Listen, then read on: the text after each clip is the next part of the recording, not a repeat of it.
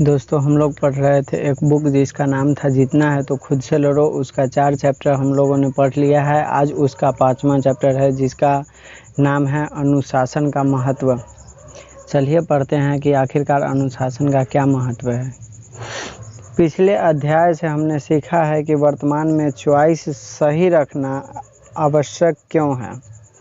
अब मान लेते हैं कि आपने अपनी चॉइस को सही रखते हुए केवल उन्हीं कार्यों को तरजीह दी जो कि आपके लक्ष्य को प्राप्त करने के लिए आवश्यक है, किंतु अधिकांशतः यह देखा गया है कि शुरुआत में ऐसे कार्यों पर बने रहना अत्यंत मुश्किल होता है और आप कुछ समय पश्चात इन कार्यों को छोड़कर वापस अपने पुराने कार्य करने लग जाते हैं जो आप पहले किया करते थे। आइए समझते हैं ऐसा क्यों होता है। पावर रिक्वायर्ड जोन 1 कंफर्टेबल और जोन 2 अनकंफर्टेबल होता है और जोन 2 से जोन 1 में आने के लिए कोई पावर का इस्तेमाल नहीं करना होता है। ऊपर दिए गए चित्र में हमने 2 अलग अलग जोन बनाए हैं। जोन 1 जो कि बहुत ही सुविधाजनक है, वर्तमान में आप इसी जोन में रह रहे हैं, और दूसरा है जोन 2 जो कि बहुत ही असुविधाजनक है, किंतु इसी जोन में खुद को बनाए रखते हुए आज अपने लक्ष्य को प्राप्ति कर सकते हो। अब निर्धारित लक्ष्य को प्राप्त करने के लिए आपका अपने जोन 1 को छोड़कर जोन 2 में जाना अत्यंत है, किंतु यह कार्य इतना आसान नहीं है। इसके लिए आपको बहुत ताकत लगानी पड़ेगी, क्योंकि आप अपनी सालों में से बनाई स्वाभाविक प्रकृति के विरुद्ध कोई कार्य करना चाह रहे हैं। लेकिन मान लेते हैं कि आपने अपनी सारी इच्छा शक्ति को इस्तेमाल करके स्वयं को जोन 1 से जोन 2 में शिफ्ट कर लिया है, किंतु समस्या यहीं समाप्त नहीं हो जाती। यह कहें कि असली समस्या तो अब शुरू होगी, क्योंकि हर इंसान कंफर्टेबल रहना चाहता है। हर इंसान सुविधाजनक चीज़ ही खोजता है, आसान चीज़ ही खोजता है, क्योंकि कंफर्टेबल लाइफ किसको पसंद नहीं होती है। सब चाहता है कि मेरे पास कार हो, बाइक हो, अच्छी सी ज़िंदगी हो, सारा दिन सोए आराम से फिल्म देखे। कौन मेहनत करना चाहता है। तो वही कहते हैं कि दूसरा जो जोन है वो बहुत ही असुविधाजनक है और पहला जोन बहुत ही आसान है। लेकिन अगर आपको लक्ष्य को प्राप्त करना है तो जोन 1 को छोड़कर जोन 2 में जाना ही पड़ेगा, जो कि बहुत ही मुश्किल है। और आपने शुरू में जोश में जोन 2 में चला भी गया तो आप वहाँ लगातार नहीं रह सकते हैं। समस्या तो अब शुरू होती है इसके बाद। लेकिन आपके लिए एक खुशखबरी यह है कि आपने सफलता को पाने के लिए पहला कदम बढ़ा दिया है। यह आपके लक्ष्य की पहली सीढ़ी है। जैसे कोई स्प्रिंग खींचने के बाद अपनी मूल अवस्था में वापस आना चाहती है, कुछ उसी तरह से आप पर भी कुछ इसी तरह का स्प्रिंग फोर्स लगेगा। कहते हैं कि अगर आपने पूरी शिद्दत से पूरी मेहनत लगा के जोन 1 से जोन 2 में यदि अपने आप को शिफ्ट भी कर लिया तो भी आपको एक स्प्रिंग की तरह, जैसे एक स्प्रिंग को खींचकर छोड़ने पर वो अपने मूल अवस्था में आना चाहती है, वैसे ही आप पर भी एक स्प्रिंग फोर्स लगेगा जोन 2 से जोन 1 में जाने के लिए, जो कि पूरी कोशिश करेगा आपको वापस अपने पुराने सुविधाजनक जोन में खींचने की। और अधिकतर केसेस में यह ऐसा कर भी पाता है और आप बहुत कम समय बाद ही वापस जोन 1 में आ जाते हैं और वह कार्य नहीं कर पाते हैं जो आप के लक्ष्यों को पूरा करने के लिए आवश्यक है। अब इसी सिचुएशन को एक दूसरे उदाहरण से समझते हैं। मान लीजिए आप एक बस स्टैंड पर खड़े हैं और वहाँ आपके सामने 2 बस खड़ी है।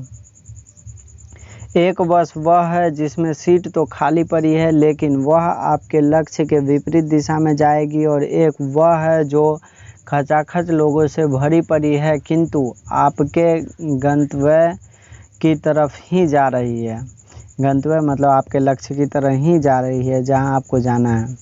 पहली बस में आपको बैठने के लिए सीट मिल जाएगी, आप कंफर्टेबल बैठ सकते हैं, किंतु आप अपने लक्ष्य से विपरीत दिशा में आगे बढ़ेंगे। और बस नंबर 2 में आपको भीड़ में खड़े होकर जाना होगा। हो सकता है आपको आगे सीट मिल जाए, किंतु अभी फ़िलहाल नहीं, लेकिन वह आपको अपने लक्ष्य तक ज़रूर पहुंचा देगी।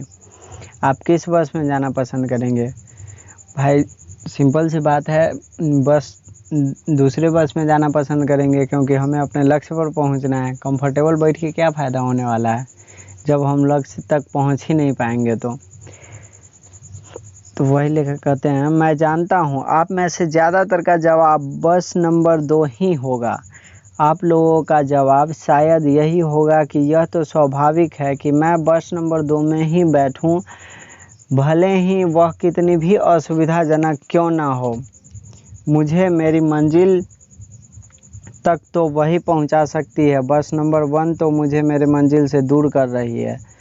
किंतु दोस्तों, आपको सुनकर हैरानी होगी कि ज़्यादातर असल ज़िंदगी में हम में से अधिकतर लोग बस नंबर में 1 में ही बैठे हुए हैं। हमारे लिए हमारे कंफर्ट इतने ज़रूरी हो जाते हैं कि हमें मंजिल की परवाह ही नहीं रहती है। हम अपने असली लक्ष्यों को भूल जाते हैं, या यूं कहे कि हम वह कार्य कर रहे होते हैं जो कंफर्टेबल तो है, किंतु हमें हमारे लक्ष्य से दूर कर रहे होते हैं। आप लोग सोच रहे होंगे कि फिर वैसे कैसे खुद को जोन नंबर 1 में बनाए रखा जाए और कैसे बस नंबर 2 में चढ़कर लक्ष्य तक पहुंचा जाए। तो दोस्तों, इसमें जो ताकत आपकी मदद करेगी वह है अनुशासन की ताकत, द पावर ऑफ डिसिप्लिन की ताकत। यही वह ताकत है जिसके बल पर महान लोगों ने बड़ी बड़ी सफलताएं प्राप्त की है। अनुशासन मूलतः हिंदी शब्द है जिसका मतलब होता है स्वयं पर शासन। हम सब लोगों में से बहुत कम लोग अनुशासन की ताकत का सही इस्तेमाल कर पाते हैं। ज़्यादातर लोगों का यह मानना होता है कि अनुशासन से ज़िंदगी नीरस और बोरिंग हो जाती है। उन्हें लगता है कि अनुशासित होकर वह अपने ज़िंदगी का पूरा आनंद नहीं ले पाएंगे, लेकिन सच में ऐसा बिल्कुल नहीं है दोस्तों। अनुशासन बेढंगी ज़िंदगी को लयबद्ध करने का काम करता है। अनुशासित ज़िंदगी शुरू में कठिन किंतु बाद में बहुत आनंद देने वाली होती है।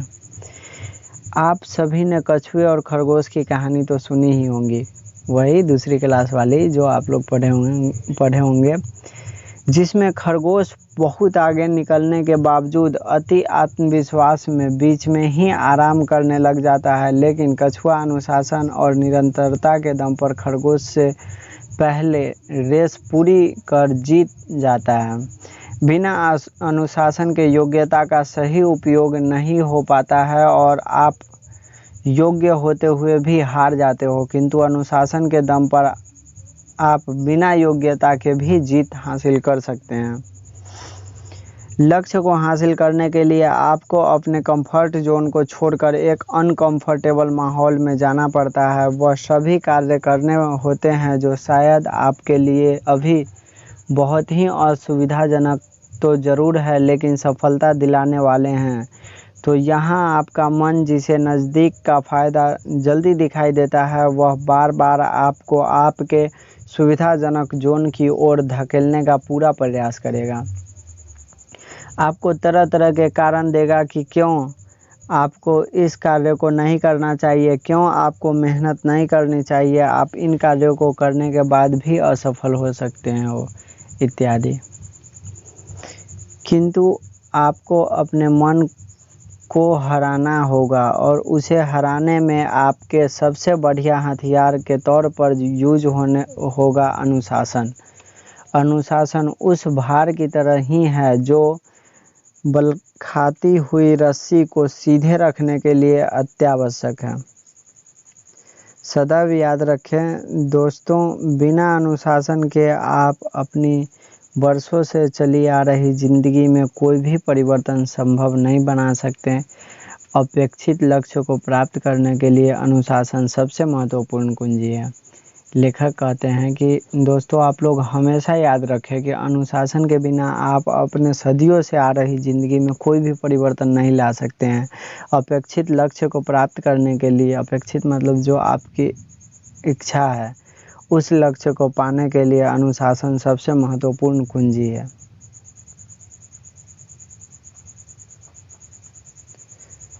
ऊपर दिए गए चित्र आपको, एक सेकेंड, चित्र आप लोग अच्छे से देख लीजिए, उसके बाद हम लोग आगे पढ़ते हैं।